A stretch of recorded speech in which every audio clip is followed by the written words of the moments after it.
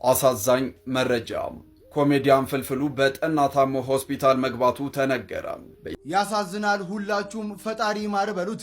ብርክዬ ወድሃለው የልጆች አባት ተደግፈክ እንደወጣ ኪዳነ ምሕረት ደግፋ ወደ ቤት ተመለስክ። ሌላ ምንም የምለው ነገር የለም። በቃ በጸሎታችሁ አስቡት።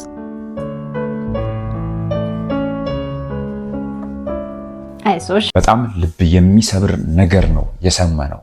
ለሸራስ መታትም እየመሰለኝ ነበር። ችላ ማለት ግን መጥፎ ነው። አዎ እንደምናውቀው ፍልፍሉ ወይም በረከት በጠና ታሞ ሆስፒታል እንዳለ ሰምተናል። ለራቀው አካል ፍልፍሉ የመልካም አመቷ ይህም በበዓል ቀን ፕሮግራም እየተቀረጹ ባለ ሰዓት ላይ ወደ ሆስፒታል ገብቷል። መልካም በዓል ለመላ ኢትዮጵያ። ተወዳጁ ኮሜዲያን በረከት በቀለ ፍልፍሉ በሕክምና ላይ ይገኛል። ብዙ ኢትዮጵያውያንም ጸሎታችሁን አድርሱ በማለት ገልጸዋል። እያየህ ነው ሕክምናው እንዴት ይላል? እግዚአብሔር ይመስገን ከበፊቱ ጥሩ ለውጥ አለ። ደግሞ ያው ቀስ በቀስ የሚስተካከል ይመስላል። ፍልፍሉም አሁን በሚያሳዝን ሁኔታ ውስጥ ነው ያለው። ዶክተር ወይ ሰርፕራይዝ አረግሽኝ አይደል?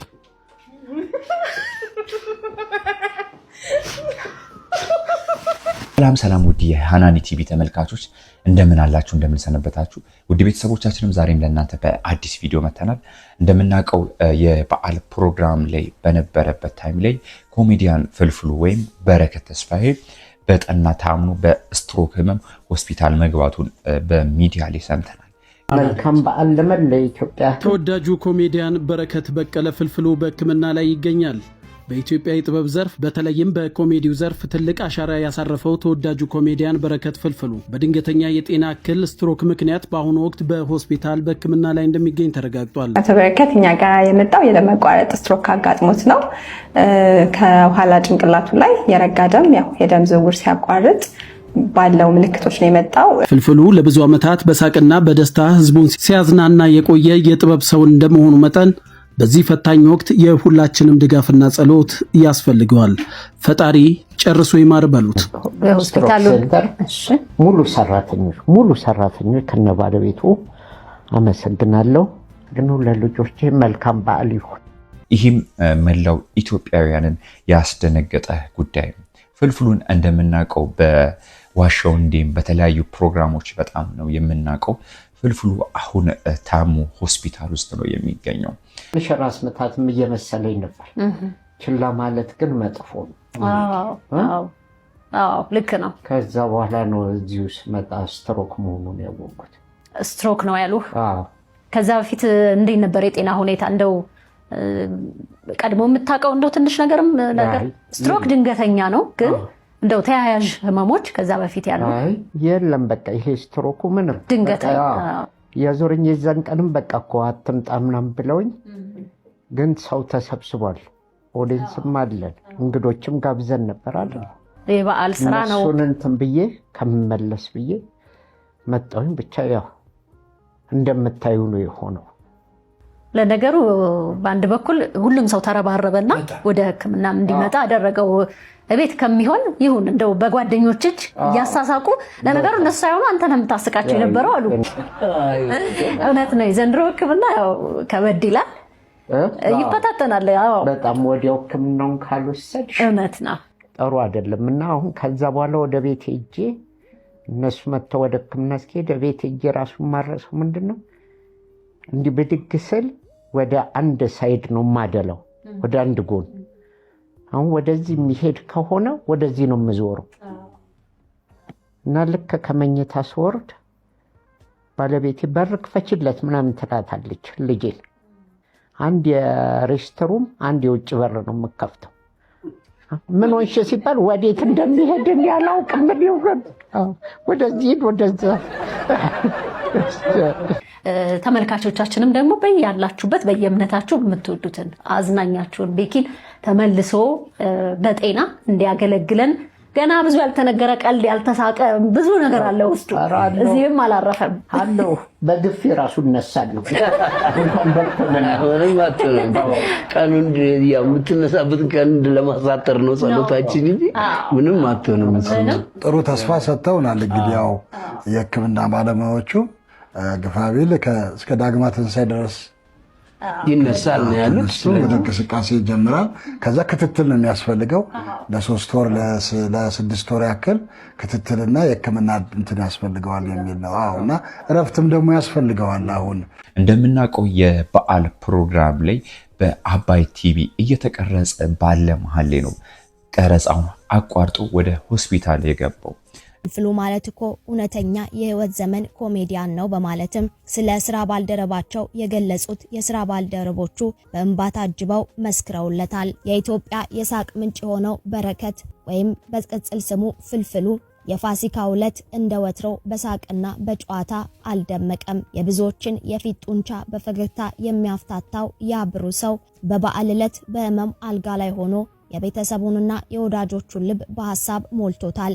የአባይ ቴሌቪዥን ሰከላ ሾው ቡድንም የኮሜዲያኑን ቤት የጎበኙ ሲሆን በዚያ የነበረው ድባብ የናፈቀውን ሳቅ ሳይሆን የታመቀ ትዝታና ጸሎት ያዘለ እንደነበር ህዝብ ተመልክቷል። የበረከት መታመም ከህዝቡ በላይ ለባለቤቱ ወይዘሮ ታምራብ እጅግ ከባድ እንደነበር የገለጸች ሲሆን በረከት የልጆቹ አባት ብቻ ሳይሆን የቤቱ ምሰሶና የደስታዋ ሞተር ነው። በበዓል እንደዚህ አይነት የጭንቅ ሁኔታ ውስጥ ያሳልፋሉ ብላ ፈጽሞ እንዳልገመተችም ገልጻለች። በረከት ለልጆቹ ያለው ፍቅርና ጥንቃቄ ልዩ ነው። እኔ እንኳን ልጆቹን ስቆጣቸው እርሱ አይወድም። ዛሬ እርሱ ከቤት በመጉደሉ ድባቡ በጣም ከብዶኛል። የበረከት ጥንካሬና ለስራ ያለው ፍቅር ግን መሙንም እንዲረሳው አድርጎት እንደነበረ በከባድ ስሜት አስታውሳለች። ሁልጊዜ ከስራ ሲመለስ አዞረኝ ይለኝ ነበር ስትል ያስታወሰችው ባለቤቱ በዛች በታመመባት ቀን ግን መቆም እንዳቃተው ገልጻለች። በክንዷ ደግፋ ከቤት ብታወጣውም መስራት አለብኝ በሚል ጥንካሬ መንፈስ ወደ ስራው እንደሄደ የገለጸችው ባለቤቱ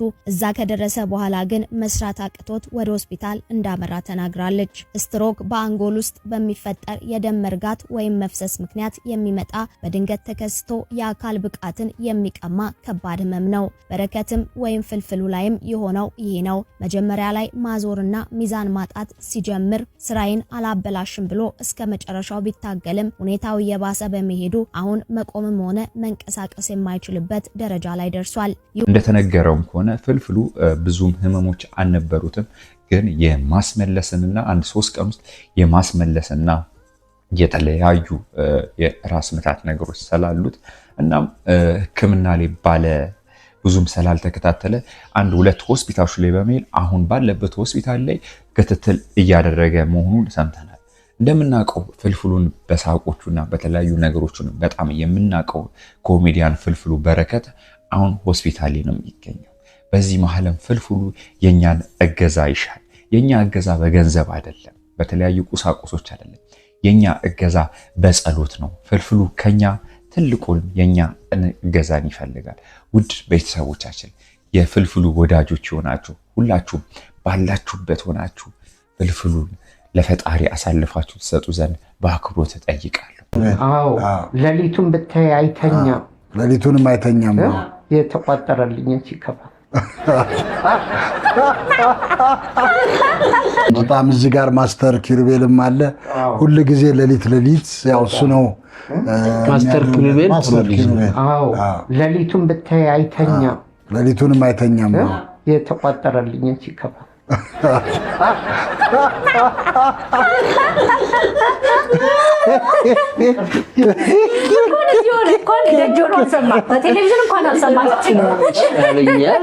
አልተሰማም። በቃ አልተሰማም። ዝም አይ በነቃ ቁጥር እጁ ምን ላይ ሰዓት እየከፈ እንዴት ነው ከፍትፍቱም ከበረከረ እንዴት ነው ማስተርስ ጥሩ ነው። ሌሊት አይተኛ ማለት ግን በነቃ ቁጥር እጁ ላይ ወጣለ። የማስተርን እጅ ወጥ ተነክሮ እያየሁ ነው አልክ። እንዴት ነው አፒታይት? አሁን ሐኪሞቹ ናቸው የሚነግሩኝ መጥገቤን። ውድ ቤተሰቦቻችን እንደምናውቀው ኮሜዲያን ፍልፍሉ በሳቆቹ እናውቃለን። በተለይ ከኮሜዲያን አንዱ እኔ በጣም የማደንቀውና በጣም ልዩ ቦታ የምሰጠው ኮሜዲያን ነው ፍልፍሉ። አሁን እንዲህ ሆስፒታል በመግባቱ በጣም ልባዊ ሐዘን ተሰምቶኛል። ደስ የሚለው የአባይ ቲቪ ኩሩም ጓደኞች ኮሜዲያኖችም በዓለም ቤተሰቦቹን እያዝናኑ እንደሚያሳልፉ ቃል ገብቶላቸው ለራቀው አካል ፍልፍሉዬ መልካም ዓመት ለራቀው አካል ፍልፍሉዬ መልካም ዓመት በዓል። የድንግል ማርያም ልጅ መድኃኒዓለም ለቤቱ ያብቃው፣ ጤናውን ይስጠው። እሱ ነው በሽታን በቃ አንቆሻብልም። አሁን ግን መያዙን ስናውቅ ደነገጥን። በረከት ደስ የሚልሽ እኮ የእሱን መድኃኒት ለእኔ የሚያወጥ ጀግና በርኪ ሳያመው አይቀርም። እባካችሁን የሆነ ነገር ይደረግ ብላኛለች። በርኪዬ እወድሃለሁ የልጆቼ አባት። ተደግፈክ እንደወጣ ኪዳነ ምሕረት ደግፋ ወደ ቤት ተመለስክ። ሌላ ምንም የምለው ነገር የለም። በቃ በጸሎታችሁ አስቡት። ቤቴም ማለት ላይቀር ዞሮ አዲስ ጎጆጪ ነይ ዘንድሮ። ፍልፍሉም በዚህ መሃልም ሳቁን አላቋረጠ። አልጋ ላይም ተኝቶም እየቀለደ መልካም በዓል ለመላ ኢትዮጵያ ሕዝብ። እሺ ለዚሁ ለአክሱን እንትን ሆስፒታሉ ሙሉ ሰራተኞች ከነ ባለቤቱ አመሰግናለሁ። ግን ለልጆቼ መልካም በዓል ይሁን። አቶ በረከት እኛ ጋር የመጣው የደም መቋረጥ ስትሮክ አጋጥሞት ነው።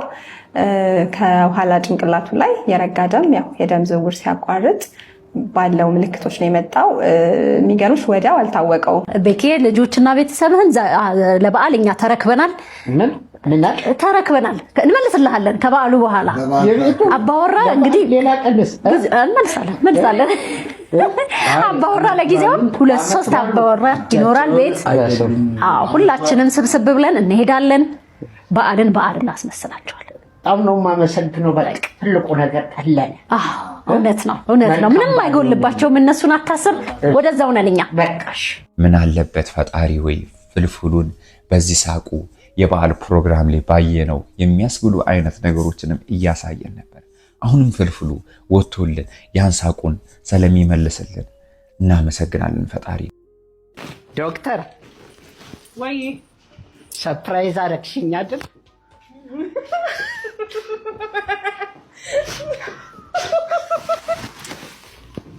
ምን አስበክ ነው?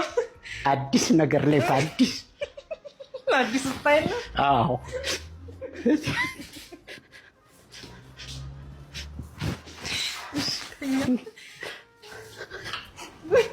እንዴት ነው አቋሜን አየሽው? በጣም ሁለቱም አይገጥም። ከምሬ ነው።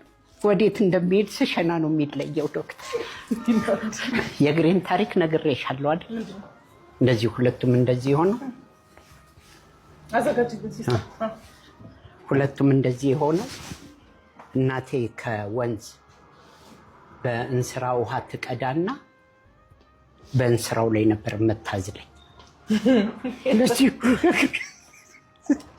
ዶክተር ውድ ቤተሰቦቻችንም የፍልፍሉ ወዳጆች ሆናችሁ ሁላችሁም ብትሆኑ ለፈጣሪ ፍልፍሉን አሳልፋችሁ ትሰጡ ዘንድ በአክብሮት ጠይቃለሁ። ውድ ቤተሰቦቻችንም እንደምናውቀው ኮሜዲያን ፍልፍሉ በዋሻው እንዲህ በጣም የሚያዝናና ኮሜዲያን እንደሆነ እናውቃለን። አሁን ባየነው ነገሮች በጣም ልባችን አዝኖናል። በጣም እንትን ብለናል። ሆስፒታል ላይ ያለውን ሞመንቶችንም ከጓደኞቹ ጋር ሆነን ያየነው ነው። እነሱም ነው ያስተላለፉልን። ውድ ቤተሰቦቻችንን ሁላችንም ባለንበት ሰላም ያቆይልን ፈጣሪ። እድሜና ጤና ለሁላችሁም ይስጥልን። ይህ ቻናል ለብዙዎች እንዲደርስ ላይክ፣ ሼር፣ ሰብስክራይብ በማድረግ አጋርነቱን ይግለጹ። ሁሌም እንደምንላችሁ ኢትዮጵያ ሰላም ያደርግልን። እናመሰግናለን።